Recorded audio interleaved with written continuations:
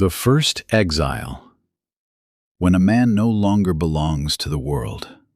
Chain 1. The ache beneath the armor. Welcome to Chill Then Conquer. This isn't where you come to be entertained. This is where you come to remember who you are. Before the noise, before the addiction to approval, before the silence became unbearable. If you've felt disconnected from the world, from yourself, like you're watching life behind a pane of glass, then you're exactly where you're supposed to be. Let's begin. There comes a moment in a man's life when the old rewards stop working. The compliment no longer excites. The drink tastes hollow. The woman's touch doesn't silence the chaos like it used to. The scroll numbs but never satisfies. It's not depression. It's not aging. It's the beginning of exile. A silent rite of passage that few talk about, and even fewer survive consciously. Carl Jung called it the moment the persona cracks. The false self we wear to be accepted, to be admired, to belong. When that mask begins to crumble, a man stands at a terrifying crossroads. Keep performing, or face the shadow. Stoicism doesn't pity this moment. It demands presence in it. Marcus Aurelius didn't ask for life to be gentle. He asked for clarity, to see things as they are, not as we wish them to be. But clarity comes at a price. You stop belonging to the world as it is. You look around and realize most people are running from pain, from boredom, from themselves. Every addiction is an escape from the moment.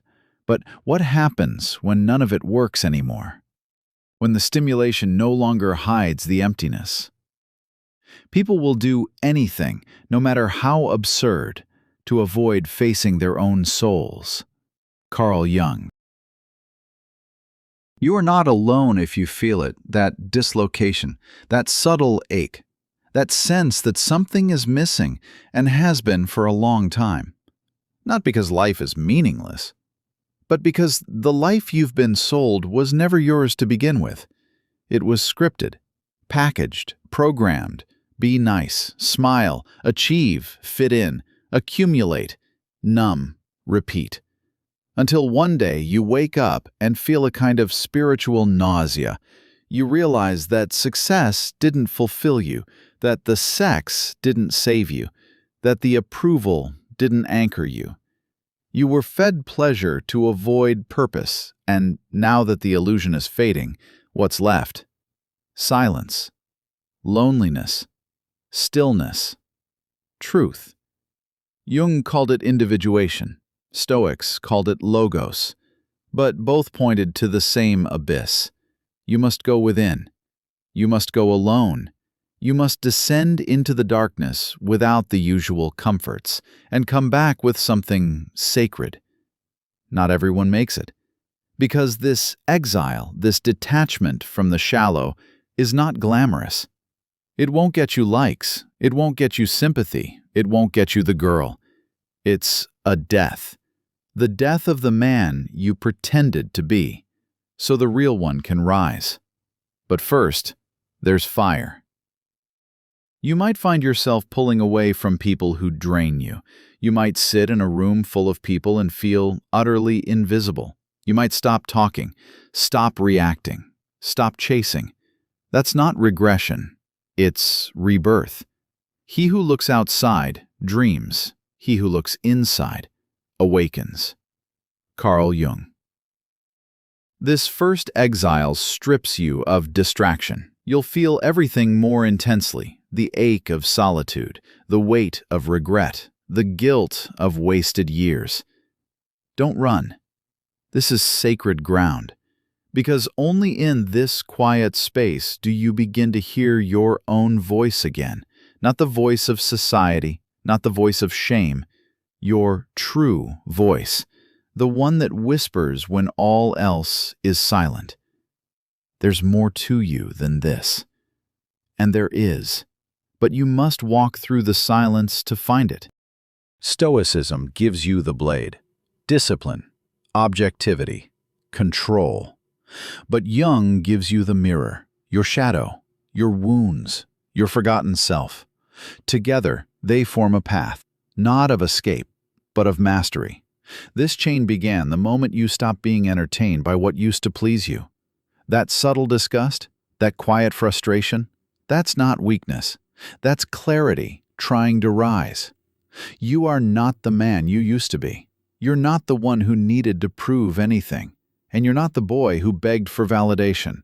You are the man becoming whole.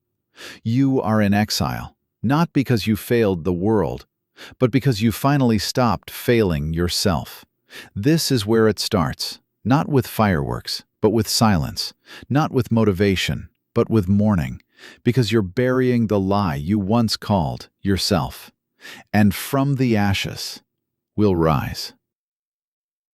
Next, Chain 2, the fire beneath the silence, where we walk deeper into the dark room, not to escape pain, but to understand its purpose, because the man who learns to stand still in the storm commands the weather.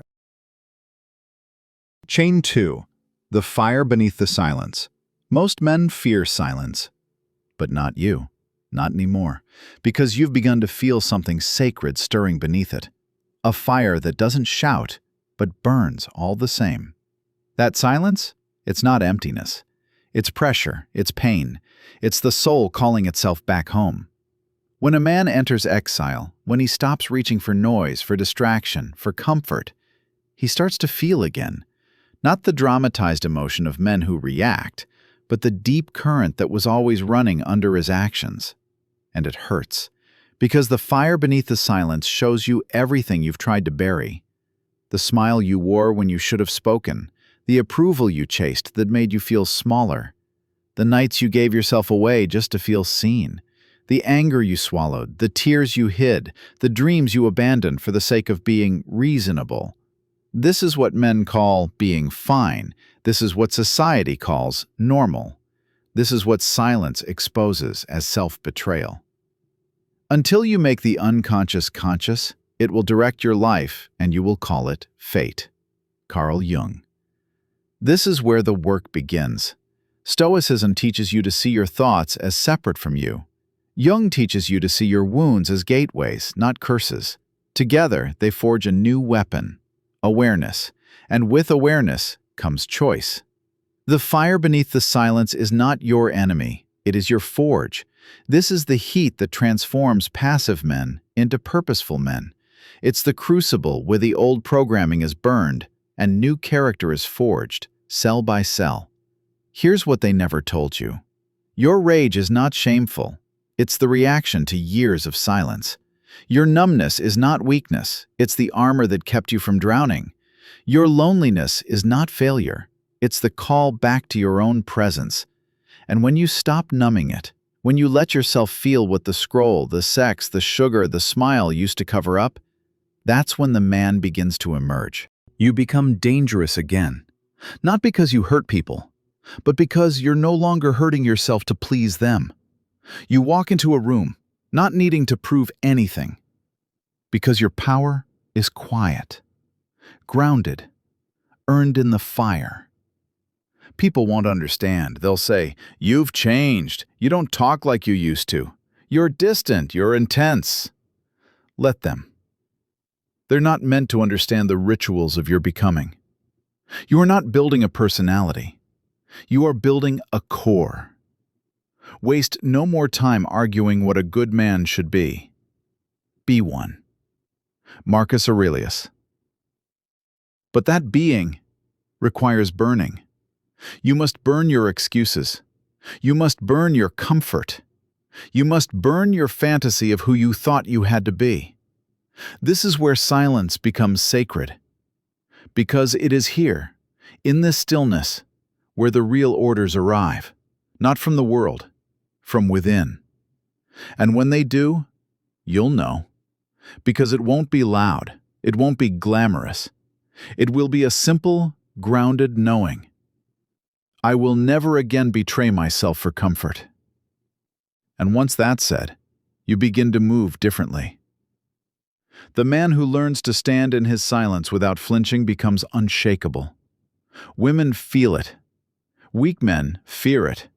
The world can't control it, because when you no longer reach for noise to regulate your nervous system, you've won the only game that matters: mastery of the self. And now every decision you make, every word you say, every boundary you hold, it all carries the weight of a man who has faced the fire and didn't flinch.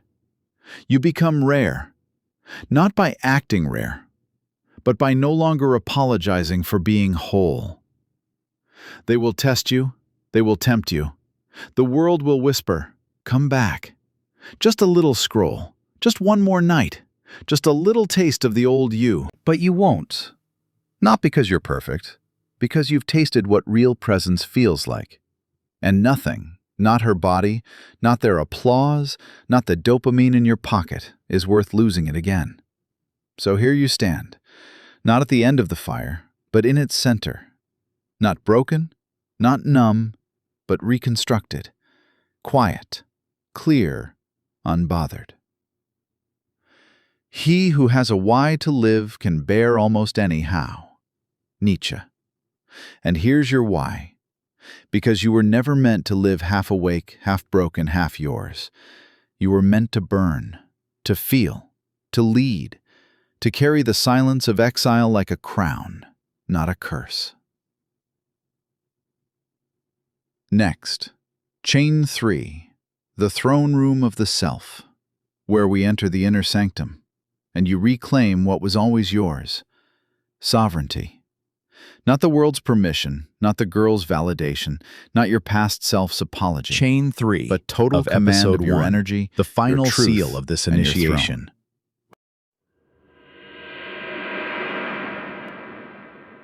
Chain 3, the throne room of the self.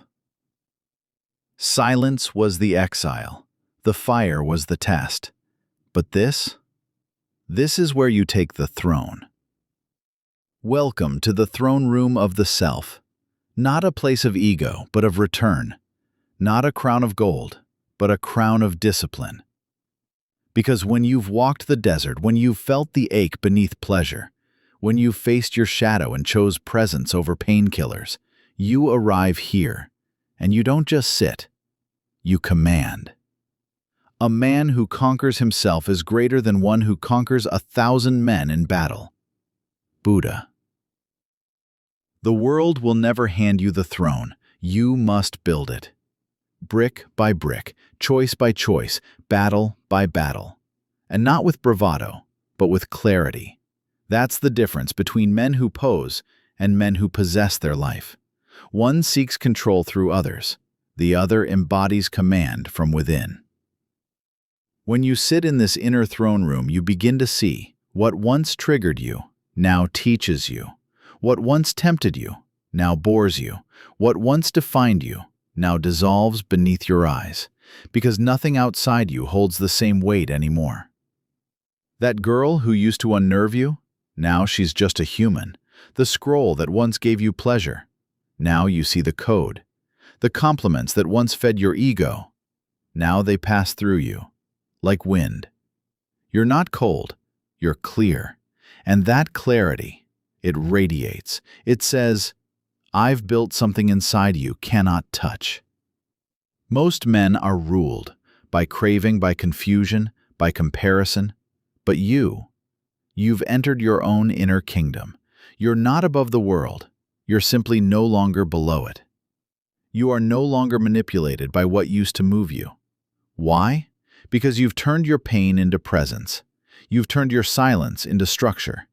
You've turned your discomfort into direction. This is not arrogance. This is earned power. Here's the shift. You no longer chase, you choose. You no longer react, you respond. You no longer ask, am I enough? You ask, is this worthy of me? That's what happens when you build your inner throne. You stop playing the game others designed and start designing your own kingdom. And suddenly, the girl, the job, the noise, the chaos, none of them dictate your value, because you've remembered who you are without them. And that's what makes you untouchable. The privilege of a lifetime is to become who you truly are. Carl Jung. Now listen closely, brother. You don't need to be a king to rule others. You only need to rule yourself. But to do that, you need a throne made of discipline. Not punishment, not shame, but sacred self-respect. The man on the throne doesn't explain, he doesn't beg, he doesn't prove. He simply lives aligned and lets the world adjust around him. He knows his energy is not given freely. His silence is not emptiness. His love is not currency. His time is not charity. And anyone who enters his space must do so with respect, not seduction, not drama, not need. Because he doesn't need to be entertained. He is occupied with purpose. Now pause. Breathe. Feel it. That sensation in your chest right now, that rising clarity, that sacred stillness. That is the seat of the throne. You are already sitting in it. You just needed to remember. Now, all that's left is to protect it. So let this be the vow. I will no longer abandon myself to be understood. I will no longer betray my mission to be desired. I will no longer trade my crown for crumbs. I will build my life with awareness, or I will build nothing at all.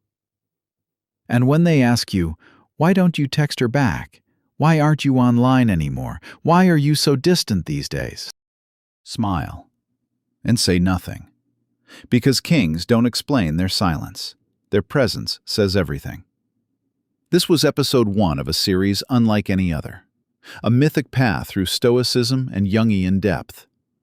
If it stirred something ancient in you, if you felt the fire, if the silence now feels sacred, then walk with us. Coming in episode 2, the sacred fire, rebuilding the masculine discipline. Not control, not shame, but the true forge of energy, integrity, and clarity. The kind that makes your presence undeniable and your mission unstoppable. Until then, brother, protect your throne, guard your peace, and let the silence build your legend. See you in the next one. Chill, then conquer.